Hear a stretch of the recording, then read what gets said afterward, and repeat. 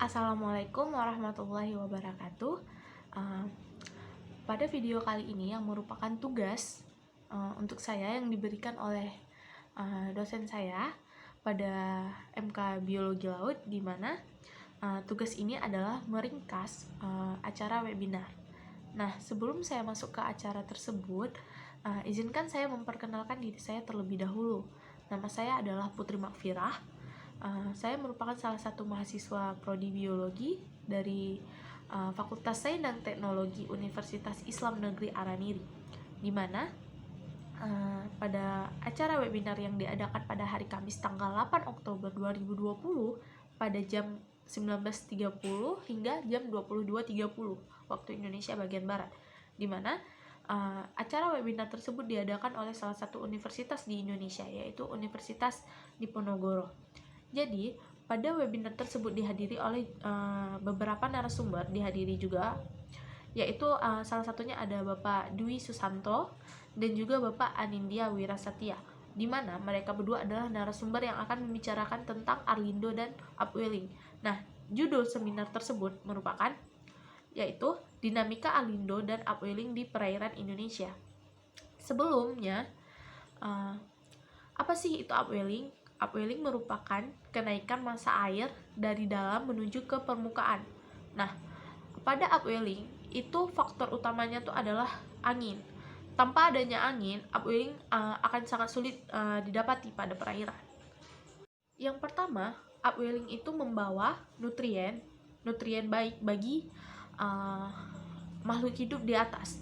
Jadi pada saat upwelling yang itu kenaikan massa air, itu juga akan membawa nutrien, fitoplankton, dan plankton ke atas, ke permukaan. Jadi, kenapa ini berpengaruh pada suhu? Karena apabila adanya angin, jika angin barat meniup, seperti di salah satu pulau, yaitu yang ada di Laut Sulawesi dan di Laut Maluku. Nah, pada webinar tersebut didapat pada Laut Sulawesi itu suhunya itu lebih hangat, dan pada Laut Maluku itu didapat suhunya itu lebih dingin. Kenapa begitu? Yaitu karena pada Laut Sulawesi itu seperti ada blokade antara, misal angin laut datang, itu ada yang memblok atau yang menahan, seperti di Gunung Gorontalo, sehingga angin tersebut tidak langsung terbawa ke Laut Sulawesi tersebut, sehingga suhunya itu lebih hangat dibandingkan suhu di Maluku.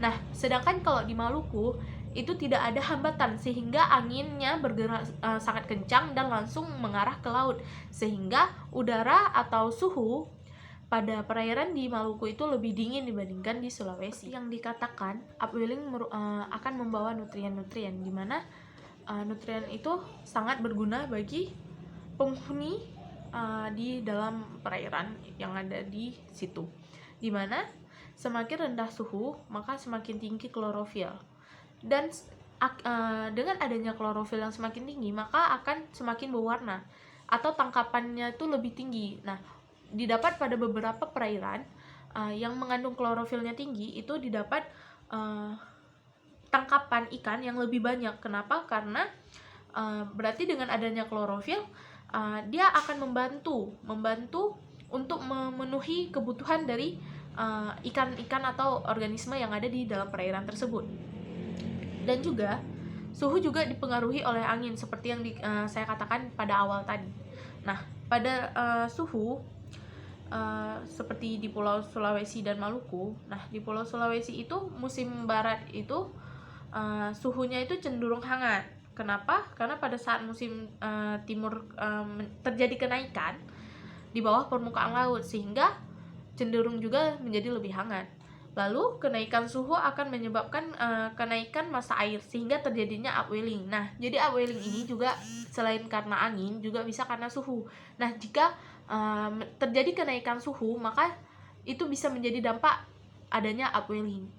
Penelitian yang dilakukan oleh Bapak Anindya Wirasatya ini, selain pada laut yang ada di Indonesia, yang berada di daerah Maluku ataupun Sulawesi, kenapa bisa terjadi demikian? Karena adanya proses atau angin dan arus, di mana ada yang namanya Arlindo. Arlindo tersebut merupakan arus lintas Indonesia.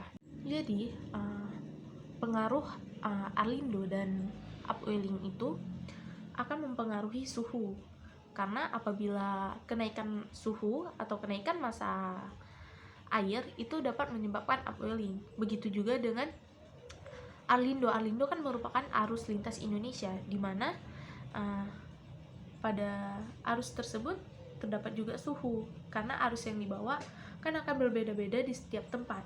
Tergantung air, dia akan mengalir dari atas ke bawah. Tidak mungkin air akan mengalir dari bawah ke atas. Jadi pada saat terjadinya Arlindo atau arus lintas Indonesia itu akan dilewati, dan ada dua. Pada saat dari Samudra Pasifik membawa air, atau arusnya dari arah Samudra Pasifik itu akan ke Samudra Hindia, terjadi melewati Indonesia, di mana juga ada yang melewati Selat Sunda dan kembali lagi ke Samudra Pasifik. Namun yang dari Samudra Pasifik ini, selain lewat ke Selat Sunda, dia akan memutar, akan membawa ke Samudra Hindia. Nah, jadi suhu itu penting bagi biota perairan, dimana dengan suhunya baik dan airnya juga baik, maka akan diperkaya oleh nutrien-nutrien penting dan baik juga bagi pertumbuhan organisme yang ada di perairan. Dimana apabila suhunya baik akan meningkatkan nutrien-nutrien dan juga akan menghasilkan banyak klorofil. Klorofil A ini sangat berguna bagi perairan, dimana dengan adanya banyaknya klorofil A akan menyebabkan ikan juga banyak. Jadi dilakukan penelitian pada webinar tersebut bahwasannya apabila di suatu daerah itu terkandung klorofil A yang lebih banyak, maka dia akan menyebabkan ikan atau penghuni atau makhluk hidup yang ada di sekitaran klorofil A itu sangat banyak tangkapannya. Sekian ringkasan dari yang bisa Putri berikan dari webinar yang diadakan oleh salah satu universitas di Indonesia, yaitu Universitas Diponegoro. Putri tahu ini sangat banyak kekurangan dari ringkasan ini.